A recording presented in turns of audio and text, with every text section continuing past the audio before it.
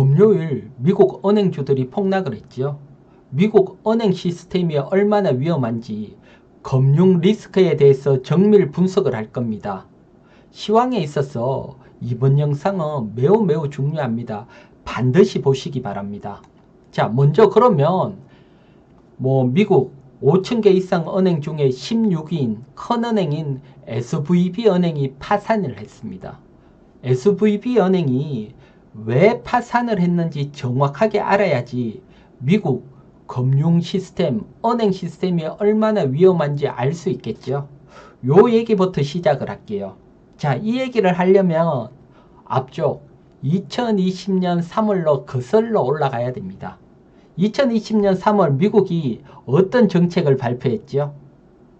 코로나 위기가 막 오니까 위기에서 벗어나려고 금리는 제로로 떨어뜨리고 제로 금리로 떨어뜨리고 시중에 돈을 푸는 양적 완화 시중에 돈을 풀기 시작을 했죠. 시중에 돈이 막 넘쳐났어요. 돈이 이렇게 넘쳐난 돈들이 성장주인 IT나 스타트업 기업으로 몰려 들어갔죠. 이렇게 그러면 스타트업이나 IT 기업 투자금들이 막 들어오니까 이 투자금을 금고에 이어놓지는 않잖아요. 자기네들을 전문적으로 거래하는 실리콘밸리 뱅크 여기에 예금을 합니다. 예금. 여기에 입금을 했는 거죠. 입금. 쉽게 말해서 입금.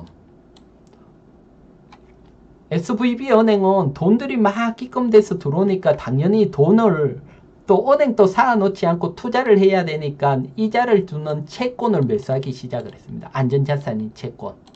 당연하겠죠. 잘 됐습니다. 그런데 이제 미국이 물가를 잡기 위해서 금리를 막 높입니다. 금리를 인상을 시작하고 시중에 풀린 돈들을 회수하기 위해서 양적 긴축을 합니다. 이제는 양적 긴축까지. 그러니까 시중에 돈들이 줄어드는 거죠. 그러니까 투자금이 더 이상 구하기가 어려워집니다. 투자금 구하기 어려우면 어떻게 해야 되죠? 얘네들은 맡겨난 돈들을 인출을 하죠. 인출을 시작을 했죠. 그러니까 SVB 은행은 인출금을 대기 위해서 채권을 매각을 했습니다. 매각. 채권 투자했다가 채권 매각을 해서 인출금을 댔는 거죠. 전혀 문제가 없잖아요. 그런데 채권을 매각하는 순간 큰 문제가 발생하게 됩니다. 은행은. 어떤 문제가 발생할까요? 요거 어려운 내기 별 3개짜리지만 제가 지금부터 쉽게 설명을 드릴게요. 자, 보게 되면 먼저 채권이라는 특징을 보게 되면 채권은 원금이 보장이 됩니다. 그래서 사실 은행 입장에서는 채권 가격이 하락을 하든 상승을 하든 손실 처리가 안 돼요. 만기에 원금을 받을 수 있다. 여기에 방점이 찍히니까 채권 가격이 하락해도 장부에 손실 처리가 안 되고 원금 그대로 있는 겁니다. 은행입니다. 은행 회계장부에는. 그런데 채권을 매도해서 만약에 손실이 확정이 되면 손실 처리가 됩니다. 은행은. 손실 처리가 되면 은행은 손실금을 자기 자본 비율을 맞추기 위해서 손실금을 만회하기 위해서 유상증자를 해야 되죠. 이게 은행 시스템입니다. 그러면 SVB 은행은 얼마나 손실이 났을까요? 그거 잠깐 정확하지는 않지만 여러분들이 이해하기 편하게 약간 쉽게 설명을 드릴게요. SVB 은행 10년물 국채금리가 사실 매수할 때 약 1% 났습니다. 그런데 매도할 때는 4% 났습니다. 그러면 얼마나 손실이 나는지는 이렇게 설명을 드릴게요. 만약에 여러분들이 1억을 투자한다고 가정을 하면 10년물 금리 1억에 1%면 100만원이죠. 100만원. 그런데 10년물이니까 곱하기 10 그러면 약 1000만원이죠. 1000만원. 1000만원 할인된 9천만원에 매수합니다. 9천만원. 근데 이자가 4%면 만약에 1억에 이자가 4%면 400만원 곱하기 10년물이니까 10 하면 4천만원. 그러면 4천만 원 할인된 6천만 원에 매수하게 되죠. 즉 SVB은행은 쉽게 말해서 9천만 원에 사서 6천만 원에 팔면 33% 손실이죠. 이해하기 쉽게 하면 금리가 낮을 때 사서 금리를 높을 때 팔았으니까 채권에서 손실이 났습니다. 손실이 났기 때문에 사실 채권을 가지고 있으면 손실 처리가 안 되는데 매각을 했기 때문에 손실이 확정이 됐다.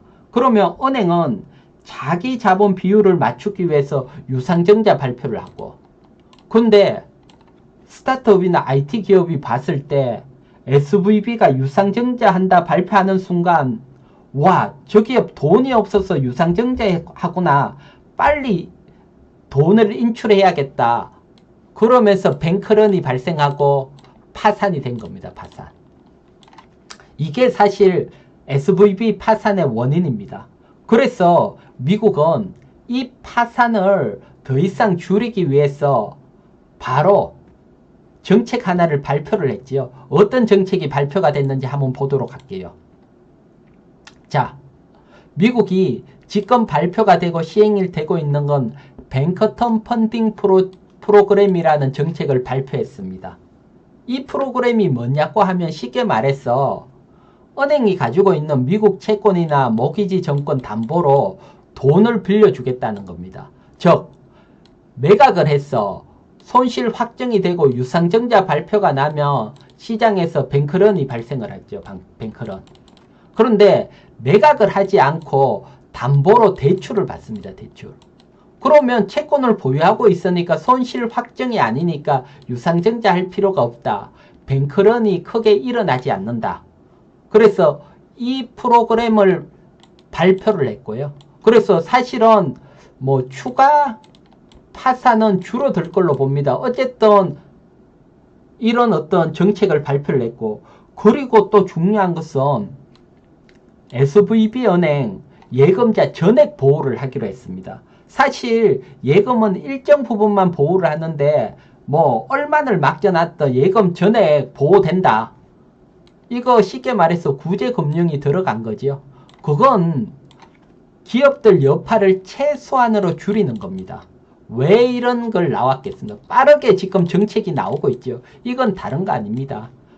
내년 1년 뒤에 대선이 있습니다. 대선에 영향 안 미치려고 빠르게 막 대응을 하는 겁니다. 대선에. 과거 리먼 브러더스 파산이 나고 2008년 금융위기 때는 대선 1개월 전입니다. 그러니까 정책 세우기보다는 대선이 치열하게 일어나니까 정책이 안 나왔고, 지금은 1년 전이니까 빠르게 대책이 막 나오고 있습니다. 그래서 2008년하고는 전혀 다릅니다. 따라서 이런 정책이 나왔기 때문에 파산 일어나거나 여파는 최소한 줄어들게 됩니다. 지금. 하지만 궁극적으로 이걸 해결되는 건 아닙니다. 왜 궁극적으로 해결이 안 될까? 왜? 요것도 한번 살펴볼게요. 이걸 알아야지 궁극적인 어떤 문제 해결 정책이 나오면 주가는 급등을 하겠지요. 어떤 정책이 나왔을 때 궁극적으로 해결이 되는지 우리가 알아야 되잖아요. 그걸 지금부터 한번 알아보도록 할게요. 자, 그걸 알려면 먼저 SVB은행이 파산이 됐을 때 그날 지지난주 금요일날 주가 움직임 보면 대형은행은 JP모건은 오히려 상승을 했고요. 2.54% 상승을 했고요.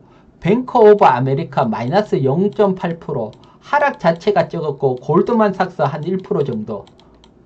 SVB은행이 파산됐는 날 대형주들은 큰 영향이 없었습니다. 하지만 중소형 은행주들은 난리 났습니다. 뭐 퍼스트 리퍼블릭 은행 마이너스 14%, 팩웨스트 뱅코프 마이너스 37%, 시그네처 뱅크 마이너스 22%. 즉 중소형 은행이나 특화 은행은 급락을 했다는 겁니다. 급락. 이건 명확하게 미국 은행 시스템, 미국뿐만 아니고 뭐 우리나라도 마찬가지고 은행 시스템을 이해를 하면 왜 이런 현상이 나오고 현재도 미국이 완전한 해결이 되지 않았다 이해를 할 수 있을 겁니다. 자, 그거 살펴볼게요. 먼저 그러면 은행 시스템을 한번 우리가 알아보도록 할게요. 이렇게 볼게요. 사실 이런 위기가 오게 되면 여러분들은 돈을 작은 중소형 은행에 돈을 맡기겠습니까? 아니면 그래도 크고 안전한 은행에 돈을 맡길까요? 당연히 크고 안전한 은행에 돈을 맡기죠. 어떻게 보면 중소형 은행에 맡겨놨던 돈을 찾아서 더 안전한 큰 은행을 맡기게 됐죠. 그런데 이렇게 되면 이제 문제가 생깁니다. 어떤 문제가 생기냐고 하면 보통 은행과 은행 돈을 빌려왔어. 원래는 고객들 돈이 많이 들어오면 그 고객들 돈으로 고객에 대출하고 고객이 돈을 찾을 때 주면 되는데 앞에 말했지만 중소형 은행은 많이 예금이 안 될 거잖아요. 그렇게 되면 다른 은행에서 돈을 가져와야 되고요. 그 돈으로 고객들에게 대출도 하고 고객들에게 인출도 해줘야 됩니다. 그러면 은행과 은행은 기본적으로 단기 금리입니다. 단기 자금으로 계속 왔다 갔다 하는 겁니다. 하지만 고객들은 장기 금리입니다. 여러분들이 집 산다고 1억 대출을 받을 때 뭐 단기로 3개월 대출 받지는 않잖아요. 최소한 5년, 10년 대출을 받잖아요. 이처럼 장기 대출입니다. 그런데 지금 금리는 어떻게 돼 있습니까? 지금 금리는 원래는 장기 금리가 높아야 되는데 단기 금리가 높습니다. 단기 금리 역전이 나 있죠. 그렇게 되면 은행 입장에서는 은행 비싼 이자로 돈을 빌려와서 고객에게 산 이자로 대출을 하거나 갚아주게 됩니다. 이렇게 되면 중소형 은행은 계속해서 손실이 납니다. 손실. 지금 미국이 일어나고 있는 원인은 이 구조입니다. 사실은 단기 금리보다 장기 금리가 더 높다. 그러면 은행에서 돈 빌려와서 빌려주면 이자가 남으니까 문제가 안 됩니다. 수익이 생기니까요.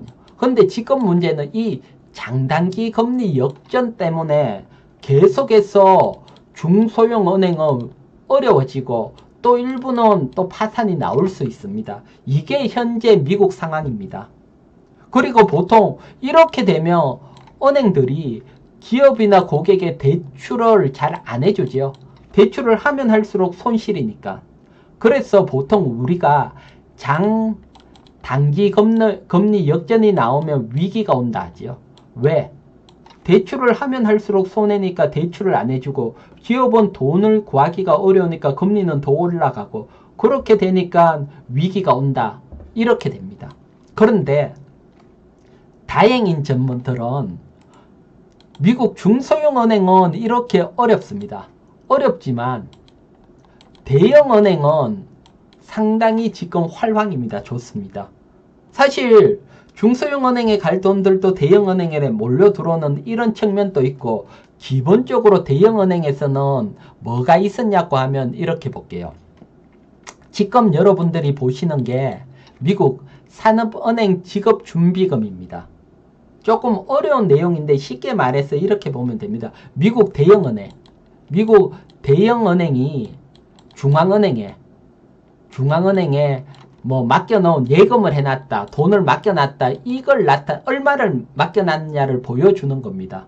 그런데 여기에 보면 2020년 3월 미국이 제로 금리로 낮을 때 그리고 양적 완화할 때 이때 대출 엄청나게 많은 돈들을 중앙은행에 맡겨놨죠. 이렇게 산이자로 풀린 돈들을 대형은행에 들어가고 대형은행은 이걸 소비를 못해서 중앙은행에 오히려 맡겨놨습니다. 이때 제로금리죠. 이제 이 맡겨난 돈들을 대출을 해주는 겁니다. 그러니까 대출을 해줘도 이익이라는 겁니다. 대형은행은. 그래서 대형은행은 튼튼하고 현재 안전합니다. 그래서 지금 대형은행이 대출이 잘 되고 있으니까 단기 금리 역전이 나도 위기가 오지 않는다. 이 이론이 훨씬 설득력이 있는 상황이고요. 자, 그러면 현재 미국 은행 상황이 어떤지 그리고 미국이 어떻게 대응을 하는지까지 살펴봤지요.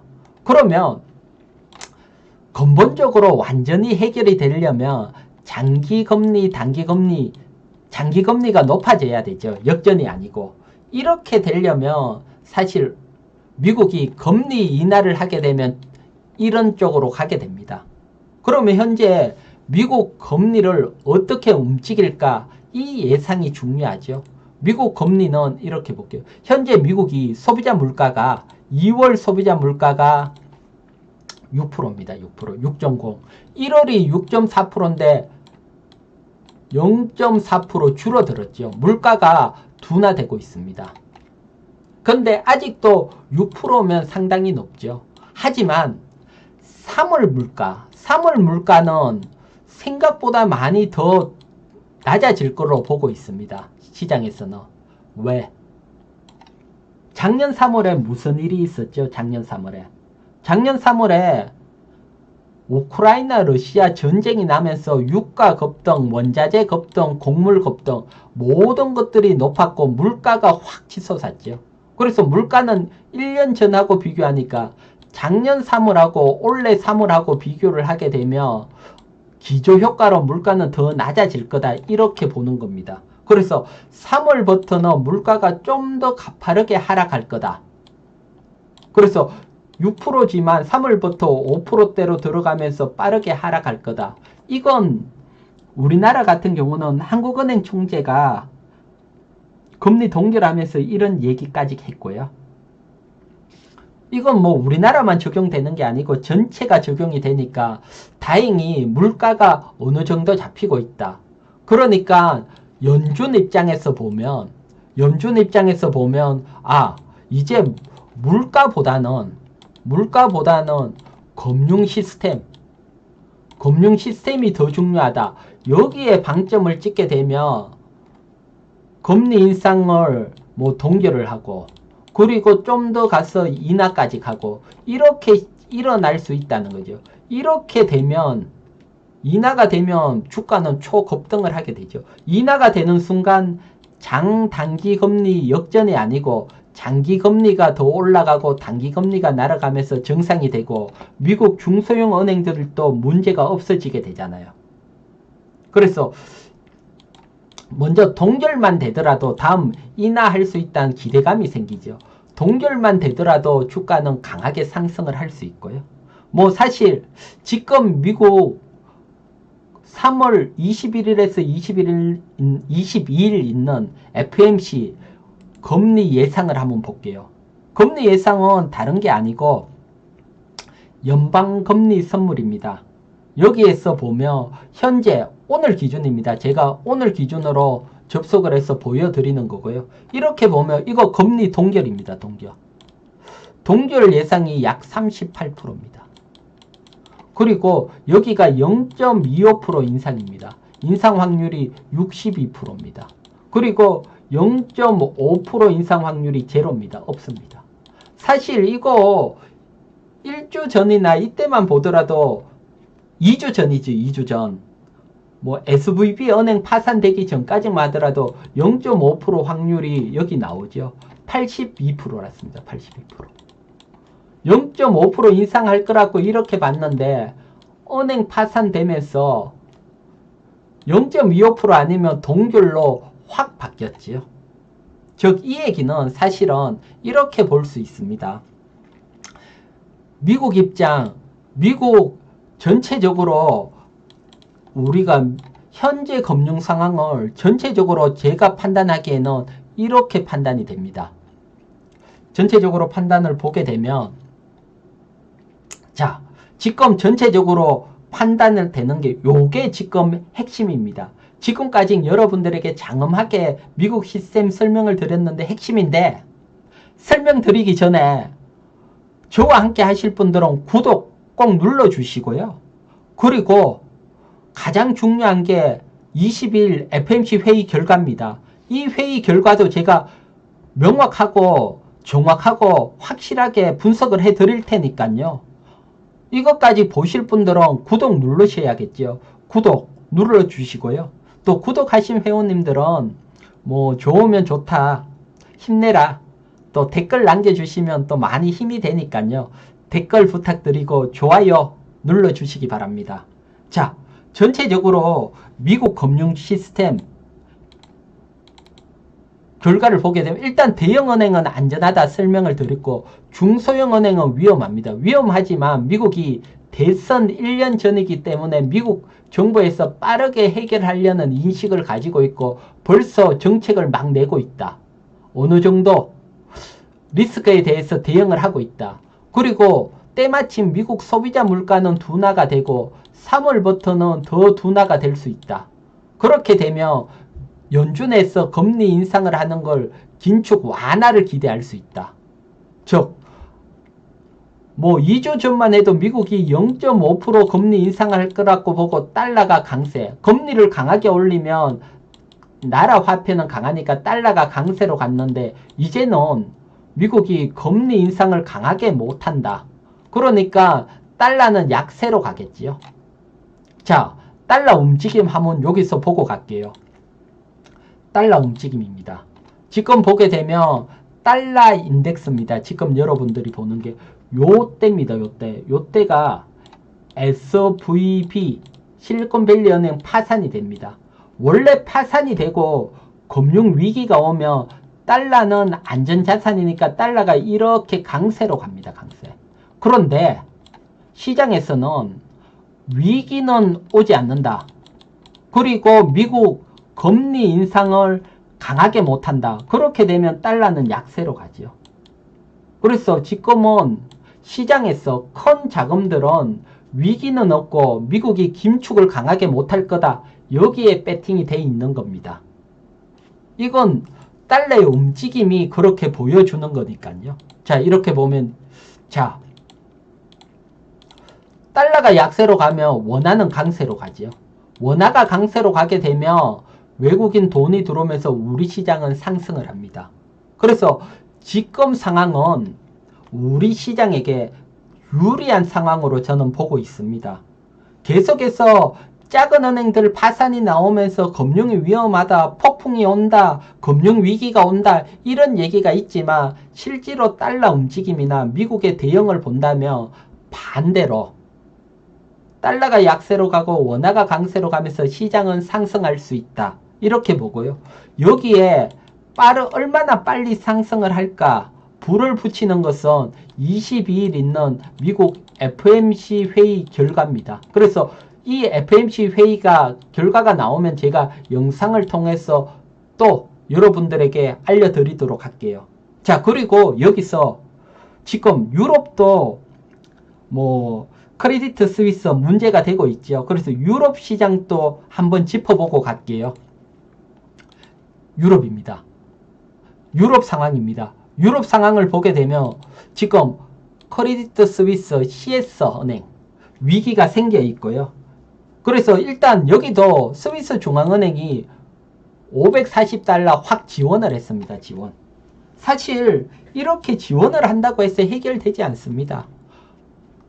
은행이라는 것은 신용이 있기 때문에 정부 지원했으니까 여기에 돈을 맡기자. 예금 안 하겠죠. 오히려 위험할 수 있으니까 인출을 하겠죠. 그래서 계속 위기가 뒤따릅니다. 하지만 이번 주말에 제가 영상을 만들고 있는데 좋은 소식이 나왔죠. USP가 인수 협상을 하고 있다. USP는 쉽게 말해서 스위스 제1위 금융기업입니다. 1위 기업입니다. CS가 2위고 USB가 1위입니다. 1위 기업이 인수한다 그러면 CS 리스크는 완전히 사라지게 되고요. 그런 측면도 있고 유럽 중앙은행이 기준금리를 0.5% 인상을 했습니다. 지금 CS 문제가 있지만 인상을 했고요. 인상을 할 수밖에 없는 것은 미국은 2월 소비자 물가가 6.0이지만 유로존은 8.5%입니다. 엄청 낮죠. 1월 달에 8.6입니다. 요거 타지만 0.1% 줄었죠. 미국은 6.4에서 6%로 확 줄었지만 유로존은 물가가 줄지 않았고 엄청 높아요. 그러니까 금리를 강하게 인상을 했고요. 그러니까 유럽 쪽은 이게 인수가 되고 금리를 계속 올릴 확률이 있고요. 이게 왜 중요하냐고 하면 22 유럽 중앙은행이 금리를 강하게 올리면 유로화가 상승을 하게 되고 유로화가 상승을 하게 되면 달러는 약세로 가게 됩니다. 달러가 약세로 가게 되면 원화는 강세로 가고 우리 시장은 상승이죠. 그래서 유럽 상황도 지금 USB가 인수만 하게 되면 좋은 상황으로 바뀔 수 있다. 좀 더 바르게 보면 임수 협상이 되는 동안은 문제가 되지 않는다. 그러니까 뭐 다음 주 이번 주죠. 이번 주까지 또 큰 문제가 없고 그리고 FMC에서 뭐 동결까지 나와 0.25% 인상될 걸로 보지만 만약에 동결이 된다 그러면 시장은 강한 상승 랠리가 나올 수 있습니다. 자, 지금까지 제가 미국 금융 상황까지 자세히 설명을 드렸죠. 조금 어려운 내용이지만 여러분들이 반복해서 보다 보면 전반적으로 금융 시스템이 어떻고 금리가 어떻게 움직이는데 이해하는데 많은 도움이 되실 겁니다. 자, 참고하시고 모두 저와 함께 부자의 길로 성공 투자로 가시기 바랍니다. 저는 이희건이었습니다. 함께 하실 분 구독 부탁드립니다.